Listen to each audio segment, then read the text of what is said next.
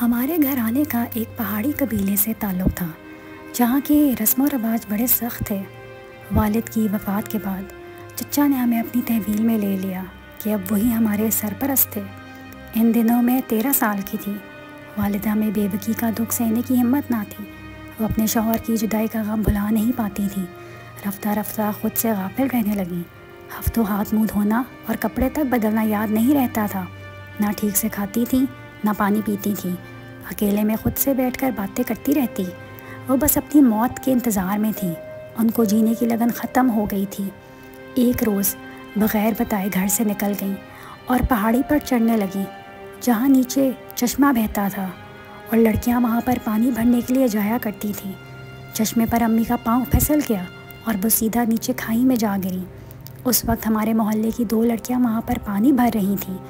ان دونوں نے یہ سب منظر اپنی آنکھوں سے دیکھا اور سیدھا ہمارے گھر کو دوڑی آئیں۔ وہ دادی سے آ کے بولی کہ آپ کی بہو کھائی میں گر گئی ہیں، اور آخر میری ماں خود بھی شاید مرنا ہی چاہتی تھی۔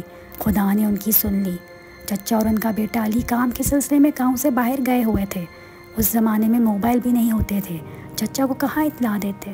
خیر دادی نے قریبی رشتہ داروں کو خبر کی اور وہ میری ماں کو ڈھونڈنے کے لیے کھائی کی طرف چل پڑے۔ دادی ماں کے لیے بے حد پریشان تھیں۔ وہ جائے نماز بچھا کے ماں کے لیے دعائیں مانگتی رہیں۔ میں بھی ماں کی سلامتی کے لیے دعائیں مانگی، لیکن اللہ کو کچھ اور ہی منظور تھا۔ ماں کو اتنی گہرائی میں اتر کر نہ تو کوئی نکال سکا اور نہ ہی ہم اپنی ماں کا آخری دیدار کر سکے۔ جب چچا اور علی واپس لوٹے تو اس حادثے کو 5 دن گزر چکے تھے۔ میرا رو رو کے برا حال ہو گیا تھا۔ چچا نے بھی اپنی طرف سے بھرپور کوشش کی کہ ہم اپنی ماں کی لاش کو دفنا سکیں۔ انہوں نے رسوں کی مدد سے کچھ لوگوں کو کھائی میں اتارا، لیکن ماں کا جسد خاکی سلامت نہ رہا تھا۔ پہاڑی جانوروں نے ان کے تن مردہ کو کھا لیا تھا۔ اب میں بوڑھی دادی کی گود میں سر رکھ کے گھنٹوں روتی رہتی۔ وہ مجھ کو ماں جیسا پیار کرتی تھیں اور کہتی تھیں تیری ماں اوپر سے تجھے دیکھ رہی ہے، تو اگر روئے گی تو وہ بھی اوپر اداس ہو جائے گی۔ علی سے میری منگنی بچپن کی ہی طے تھی۔ وہ بہانے سے مجھے خوش کرنے کی کوشش کرتا اور چھیڑ چھاڑی کرتا رہتا تھا۔ مجھے وہ بالکل پسند نہ تھا اور میں دادی سے کہتی کہ اس کو منع کریں، مجھے یہ مذاق بالکل نہیں پسند۔ پھر دادی کے کہنے پر وہ باز آ جاتا تھا۔ مجھے دادی خوش کرنے کے لیے محلے سے میری سہیلیوں کو بلا لیتی تھیں تاکہ میرا دل بہل جائے۔ دادی مجھے ان کے ساتھ باہر سیر کو بھی بھیج دیتی تھیں، کیونکہ جہاں ہم رہتے تھے وہاں پر باہر کے مردوں کا داخلہ ممنوع تھا۔ بکریاں چرانا، پانی لانا اور ایندھن کے لیے لکڑیاں اکٹھی کرنا ہماری ذمہ داری ہوتی تھی۔ وہاں پر ایک محافظ ہماری طاق میں رہتا تھا، کیونکہ کچھ لڑکیاں گری ہوئی لکڑیاں اکٹھی کرنے کی بجائے جنگل کی جھاڑیاں توڑ کے گٹھے بنا لیتی تھیں، جبکہ یہاں پر درختوں کو کاٹ کر لکڑیاں اکٹھی کرنا منع تھا۔ ایک دن میری پڑوسن سمیرا نے لکڑیاں اکٹھی کر کے گٹھا بنایا اور ایک جگہ رکھ دیا۔ تبھی اس کے دل میں لالچ آیا۔ اس وقت عصر کا ٹائم تھا اور محافظ نماز کے لیے گیا ہوا تھا۔ اس وقت اتفاق سے ان کا افسر گشت پر نکلا ہوا تھا۔ جب اس نے اوپر والی پہاڑی سے سمیرا کو درختوں کی ٹہنیاں توڑتے ہوئے دیکھا تو اس نے اونچی آواز لگائی اور جلدی سے نیچے کو اترنے لگا۔ اس کی آواز سن کر سمیرا کے ہاتھ پاؤں پھول گئے۔ وہ لکڑیوں کا گٹھا چھوڑ کر سرپٹ بھاگی اور جنگل میں ایک جانب سے نکل گئی۔ میں بھاگنے میں ناکام رہی کیونکہ میرے سر پر لکڑیوں کا گٹھا تھا۔ میں نے شاخیں نہیں توڑی تھیں، اس لیے میں اپنی لکڑیاں چھوڑ کے نہیں بھاگنا چاہتی تھی، ورنہ میری دن بھر کی محنت ضائع ہو جاتی۔ جب میں نے دیکھا کہ افسر، جس کو سب باؤجی کہتے تھے، وہ تیزی سے میری طرف آ رہا ہے تو میں ڈر گئی۔ سب لڑکیاں مجھے چھوڑ کے اپنے گھروں کی جانب نکل گئی تھیں اور میں پیچھے رہ گئی تھی۔ میں نے بھی بھاگنا بہتر جانا کہ تبھی میرے پاؤں ایک پتھر سے ٹکرایا اور میں دھڑم سے نیچے گر گئی۔ ایک لمحے کے لیے تو مجھے ہوش ہی نہ رہا تھا کہ ہوا کیا ہے۔ آنکھوں کے آگے اندھیرا سا چھا گیا تھا اور آواز گم ہو گئے تھے۔ اچانک ہی مجھے محسوس ہوا کہ کسی نے مجھے تھام لیا ہے۔ میں نے تھوڑی آنکھیں کھول کے دیکھا تو وہ باؤجی تھے۔ وہ لمبا چوڑا نوجوان بہت ہی پرکشش اور خوبرو تھا۔ اس کے منہ کو اپنے منہ کے اس قدر قریب دیکھ کے میرا دل حلق میں آ گیا اور ہاتھ پاؤں ٹھنڈے ہو گئے۔ اس نے نرمی سے میرے کان کے پاس آ کے کہا، ڈرو مت، تمہیں کہیں چوٹ تو نہیں لگی؟ اس نے اتنے نرم انداز سے پوچھا کہ میں سمجھ گئی کہ یہ مجھے کچھ نہیں کہے گا۔ پھر اس نے میرا نام پوچھا اور میں نے اس کو اپنا نام بتایا۔ تبھی میں نے ڈرتے ڈرتے پوچھا کہ میں لکڑیاں اٹھا لوں؟ تو اس نے شفقت سے بولا کہ اٹھا لو۔ تبھی میں نے جلدی سے لکڑیاں اٹھائیں اور چلنے لگی۔ باؤجی بولا، دیکھو آج تو میں جانے دے رہا ہوں، لیکن آئندہ شاخوں سے لکڑیاں نہ توڑنا۔ میں نے نہیں کاٹی، وہ دوسری لڑکی تھی جو بھاگ گئی۔ میں لڑکھڑا کے چلی تو اس کی نظر میرے پاؤں پر پڑی۔ میرے پاؤں سے خون نکل رہا تھا، لیکن اس ٹائم مجھے درد کا کچھ احساس نہ تھا۔ اس نے مجھے کہا کہ ذرا ٹھہرو، میں تمہارے پاؤں کی پٹی کر دیتا ہوں۔ وہ سامنے جیپ سے سامان لاتا ہوں، تم جانا نہیں۔ میں جا رہی ہوں، مجھے دیر ہو رہی ہے، میں گھر جا کے پٹی کر لوں گی، تم ٹھیک سے پٹی نہ کر سکو گی۔ یہ کہتا ہوا وہ تیزی سے جیپ کی طرف بڑھا اور 2 منٹ میں دوا کا ڈبہ تھامے مجھ تک آ پہنچا۔ میرا نام متین ہے، ویسے سب مجھے یہاں پہ باؤجی کہتے ہیں، اس نے روئی کو دوائی میں بھگوتے ہوئے بتایا۔ میرا پاؤں اس کے ہاتھ میں تھا اور میں مدہوش بیٹھی تھی۔ اس کے اچھلے اچھلے ہاتھ اور میرا مٹی سے بھرا پاؤں مجھے بہت عجیب لگ رہا تھا۔ زخم صاف کر کے اس نے روئی کھولی اور کسی ماہر ڈاکٹر کی طرح مجھے پٹی باندھ دی۔ مجھ کو پہلی بار ماں کے مرنے کے بعد آج سکون محسوس ہوا تھا، جو مجھے ماں کے ہاتھوں کے لمس سے محسوس ہوتی تھی۔ جب میں جانے لگی تو اس نے کہا، پاؤں پر پانی نہ ڈالنا اور جب تک زخم ٹھیک نہ ہو جائے پٹی کرتی رہنا۔ ویسے وہ سامنے ہی میرا گھر ہے، روز شام کو آ کر پٹی کروا جانا۔ میں نے اس بات میں سر ہلایا اور زخمی پیروں سے چلتی ہوئی گھر کو آ گئی۔ میری روح ہلکی پھلکی ہو چکی تھی اور سب دکھ درد بھول کے آج بات بات پر ہنسی آ رہی تھی۔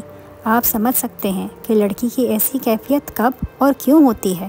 مجھے متین اور باؤجی پسند آ گئے تھے۔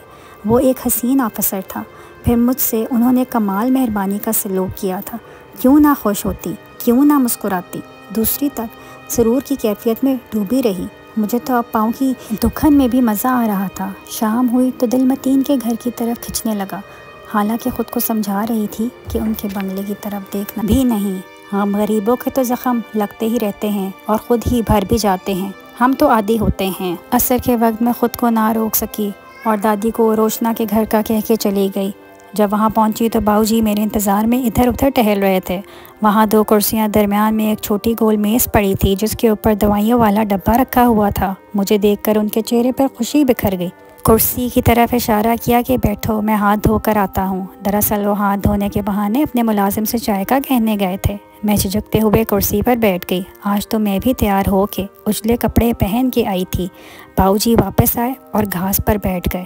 باؤجی نے میرا پاؤں اپنے نرم نرم ہاتھوں میں لیا، دوا لگائی اور نئی پٹی کر دی۔ میں اپنا پاؤں پیچھے ہی کرنے لگی تھی تو اس نے میرا پاؤں زور سے اپنے ہاتھوں میں پکڑ لیا اور انتہائی نرمی کے ساتھ میری ٹانگ پر اپنا ہاتھ پھیرنے لگا۔ 1 سیکنڈ کے لیے تو میں گھبرائی، لیکن میں بھی یہی چاہ رہی تھی کہ باؤجی مجھے ایسے ہی کرتا رہے۔ میں نے بھی اپنی آنکھیں بند کر لیں اور مجھے یہ سب اچھا لگنے لگا۔ جب باؤجی کا ہاتھ میری قمیض تک آنے لگا تو میں ایک دم کو چونک گئی اور کہنے لگی کہ یہ سب ٹھیک نہیں ہے۔ میں جلدی سے کرسی سے کھڑی ہوئی اور اپنے گھر کی طرف چل پڑی۔ گھر پہنچ کے مجھے کسی بھی طرح چین نہیں مل رہا تھا۔ میں بار بار باؤجی کے بنگلے پر جانا چاہتی تھی، لیکن پھر سوچتی تھی کہ اگر مجھ سے کچھ غلط ہو گیا تو میں اپنے آپ کو کبھی معاف نہیں کر پاؤں گی۔ آج پھر عصر کا ٹائم ہوا تو دل حلق میں آ گیا۔ دل زور زور سے دھک دھک کر رہا تھا۔ مجھ سے اپنے آپ کو روکا نہ گیا اور میں باؤجی کے بنگلے پر پہنچ گئی۔ مجھے پتا تھا کہ تم ضرور آؤ گی، میرے منہ پر ہاتھ پھیرتے ہوئے بولا۔ میں جھجکتے ہوئے بولی، وہ میں پٹی کروانے آئی ہوں۔ دراصل آپ کو پتہ ہے نا کہ گھر کے پاس کوئی ڈسپینسری وغیرہ نہیں ہے۔ میں نے سوچا کہ زخم پک نہ جائے، اسی لیے پٹی کروانے آ گئی ہوں۔ وہ بھی میرے ہی منتظر تھے۔ میرے پاس آ کے کہنے لگے کہ زخم کیسا ہے؟ کیا بتاتی کہ پاؤں کا زخم تو ٹھیک ہو رہا ہے، لیکن میری روح کا زخم بڑھتا جا رہا ہے۔ میں ایک ایسے مرض کے گھیرے میں آ گئی تھی جس کا کوئی علاج نہ تھا۔ اب مجھے باؤجی کو دیکھے بنا چین نہیں آتا تھا، وہ بھی میرے لیے بے چین رہتے تھے۔ اب میرے پاؤں کا زخم ٹھیک ہو گیا تھا۔ میں ایسے ہی روز لکڑیاں جمع کرنے کے بہانے نکلتی اور باؤجی کے گھر پہنچ جاتی۔ وہ مجھے اپنی جیپ میں سیر کرواتے اور آئس کریم بھی کھلاتے۔ ایسے ہی دن گزرنے لگے۔ ایک دن پھر میں جب باؤ جی کے گھر پہنچی تو وہ اپنے کمرے میں ریڈیو سن رہے تھے۔ مجھے دیکھ کر مسکرائے اور ریڈیو بند کر دیا۔ پھر میرا ہاتھ اپنے ہاتھوں میں لیے اور میرے رخسار پر اپنے ہونٹوں سے چومنے لگے۔ میں بھی ان کو یہ سب کرنے سے نہ روک سکی، اور پھر میں وہ گھر گزری جس کو کرنے سے پہلے کوئی لڑکی 100 دفعہ سوچے گی۔ حالانکہ میں جانتی تھی کہ میں علی کی منگیتر ہوں، پھر بھی وہ سب کر گزری جس کی منزل صرف جہنم ہے۔ متین نے اپنے پیار بھرے رویے سے میرا دل جیت لیا تھا، اور میں بھی پھر اونچے اونچے خواب دیکھنے لگی۔ ہمارے تعلق کو 5 ماہ ہو گئے تھے۔ ایک روز میں نے متین سے کہا کہ اب ہمیں شادی کر لینی چاہیے۔ وہ بولا، یہ کس طرح ممکن ہے؟ تمہارے قبیلے والے کبھی بھی نہیں مانیں گے، اور میرا تمہارا یہاں سے لے کے جانا ممکن نہیں۔ میں ایک ذمہ دار سرکاری ملازم ہوں، تمہیں کہاں چھپا سکتا ہوں؟ جب یہ سب ہی کرنا تھا تو مجھ سے پیار کا رشتہ کیوں بڑھایا؟ اب میں کیا کروں؟ کیا کسی پہاڑی سے کود کے اپنی جان دے دوں؟ میں تمہارے بغیر مر جاؤں گی۔ اس کی نوبت نہیں آئے گی، وہ بولا۔ میں کچھ سوچتا ہوں۔ جب میں نے اس پر دباؤ ڈالنا شروع کیا تو اس نے بھاگ دوڑ کر کے اپنا تبادلہ کروا لیا اور مجھے بتائے بغیر اپنا بنگلہ چھوڑ کے چلا گیا۔ اس نے مجھے دھوکہ دیا، اور میرے پاس اب رونے کے سوا اور کوئی چارہ نہیں تھا۔ میری اداسی کو دادی نے بھی محسوس کیا۔ انہی دنوں وہ بیمار پڑ گئی۔ دادی نے گھر میں وبیلا مچا دیا کہ میری آخری خواہش ہے کہ میں علی کی شادی دیکھ لوں۔ دادی نے اتنا دباؤ ڈالا کہ چچا کو ایک ہفتے میں علی اور میری شادی کروانی پڑی۔ وہی علی جو مجھے برا لگتا تھا، آخر اسی نے مجھے گلے لگایا۔ متین ایک غیر آدمی تھا جس کے عمدہ لباس سے متاثر ہو کے میں نے اپنا دل اس کے سپرد کر دیا، لیکن وہ مجھے بیچ بندہار میں چھوڑ کے ایک دفعہ بھی نہ سوچا کہ میرا کیا بنے گا۔ یہ تو قدرت ہے جو مجھ پر مہربان تھی کہ رسوائی سے مجھے بچا لیا، اور علی نے مجھے اپنا لیا۔